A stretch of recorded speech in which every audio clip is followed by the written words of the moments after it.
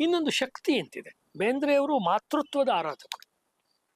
ಅಂದ್ರೆ ಏನಾಗುತ್ತೆ, ಕೆಲವು ಕವಿಗಳಲ್ಲಿ ಅವರ ಮೂಲ ಕಾನ್ಸೆಪ್ಟ್ಸು ವರ್ಷದಿಂದ ವರ್ಷಕ್ಕೆ ಡೆವಲಪ್ ಆಗುತ್ತೆ. ಕೆಲವರಲ್ಲಿ ಏನಾಗುತ್ತೆ, ಅದೆಲ್ಲವೂ ಬೀಜ ರೂಪದಲ್ಲಿ 10-20 ಕಾನ್ಸೆಪ್ಟ್ ಮೊದಲೇ ಇದ್ಬಿಡುತ್ತೆ.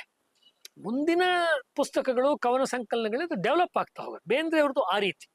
ಈಗ ತಾಯಿಯ ಆರಾಧನೆ ಅಥವಾ ಮಾತೃಕಲ್ಪನೆಯ ಆರಾಧನೆ ಅದು ಅವರಲ್ಲಿ ಇದೆ.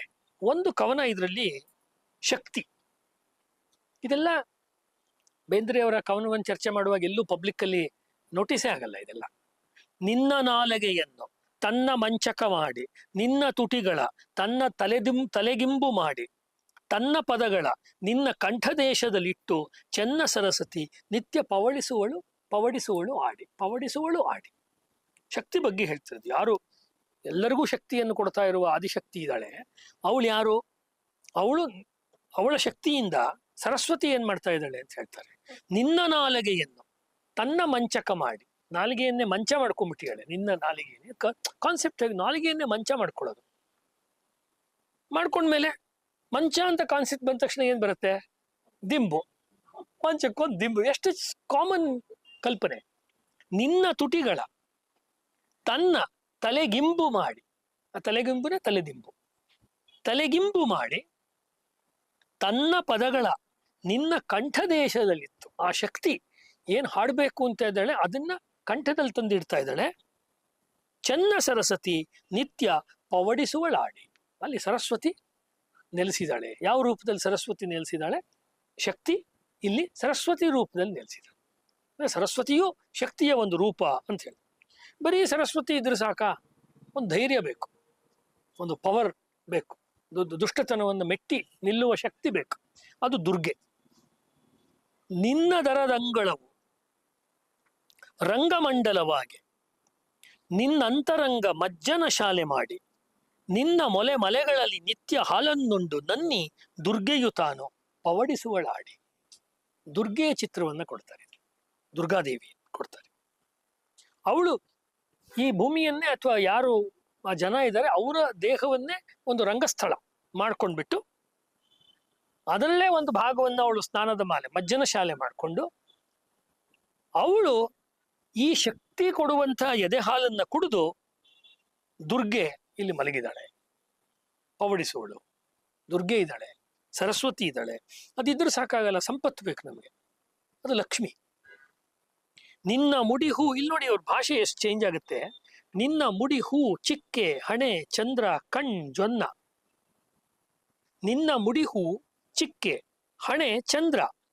ಬಿಡಿಸಿ ಓದಿದ್ರೆ ನಿನ್ನ ಮುಡಿ ಹೂ ಚಿಕ್ಕೆ ಅಂದ್ರೆ ನೀನು ಕೂದಲಿನಲ್ಲಿ ಮುಡ್ಕೊಂಡಿರುವಂತ ಹೂವು ಇದೆಯಲ್ವಾ, ಮುಡಿಯ ಹೂ, ಅದು ಚಿಕ್ಕೆ.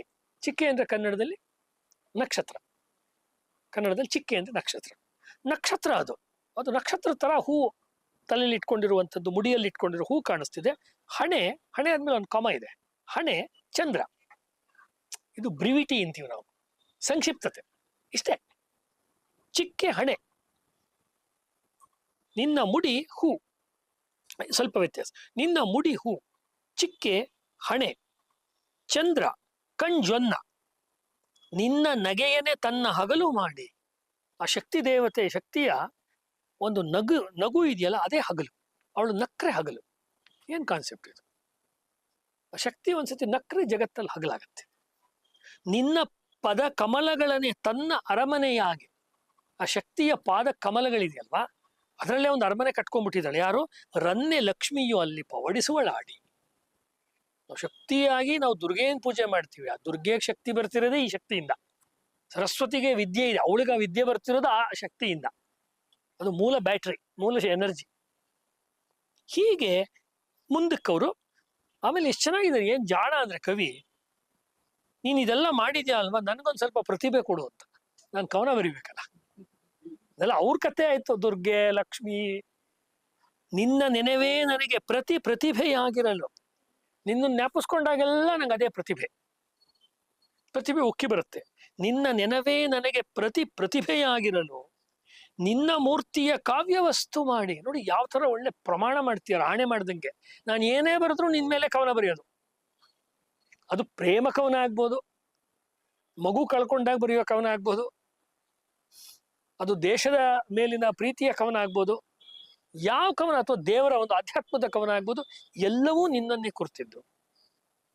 ನಿನ್ನ ಮೂರ್ತಿಯ ಕಾವ್ಯವಸ್ತು ಮಾಡಿ ಇನ್ನು ಮುಂದಿನ ಜನ್ಮ ಹಾಡಿ ಉದ್ಧರಿಸುವೆನು. ಇನ್ನು ಮುಂದೆ ಬರುವ ಎಲ್ಲ ಜನ್ಮಗಳು ನಂದು ಉದ್ಧಾರವಾಗಬೇಕು, ಆ ಕವನ ಬರಿತೀನಿ. ನನ್ನ ಜನ್ಮ ಉದ್ಧಾರವಾಗಬೇಕು ಅಂತ ಕವನ ಬರ್ಕೊಳ್ತಾ ಇದ್ದೀನಿ ನಾನು. ಅಲ್ಲೆಲ್ಲ ಮುಂಚೆ ಕನ್ನಡ ನಾಡು ಅದೆಲ್ಲ ಹೇಳಿದ್ರು, ಅದೆಲ್ಲ ಇರ್ಲಿ, ನಾನು ಉದ್ಧಾರ ಆಗ್ಬೇಕಲ್ವಾ. ಅದಕ್ಕೋಸ್ಕರ ಇನ್ನು ಮುಂದಿನ ಜನ್ಮ ಹಾಡಿ ಉದ್ಧರಿ. ಹೆಂಗ್ ಮಾಡ್ತೀನಿ? ಕವನ ಬರೆಯಲ್ಲ, ಕವನ ಹಾಡ್ತೀನಿ. ಇದು ದಟ್ಸ್ ದ ಪಾಯಿಂಟ್. ಜನ್ಮ ಹಾಡಿ ಉದ್ಧರಿಸುವೆನು. ನನ್ನ ಕವನ ನಾನು ಹಾಡಿ ತೋರಿಸ್ತೀನಿ, ಬೇರೆಯವರು ಹಾಡ್ಬೇಕದನ್ನ. ನಿನ್ನ ತೊಡೆ ಇರಲೆನಗೆ ಪವಡಿಸಲು ಆಡಿ. ಹಾಡು ಹೇಳಿ ಸುಸ್ತಾದ್ಮೇಲೆ ಬಂದು ನಿನ್ನ ತೊಡೆ ಮೇಲೆ ಬಾಕೊಂಡ್ಬಿಡ್ತೀನಿ. ಇಷ್ಟೇ ನನ್ನ ಆಸೆ ಅಂತ ಶಕ್ತಿ ಕವನದಲ್ಲಿ ಅವರು ಕೊಡ್ತಾರೆ.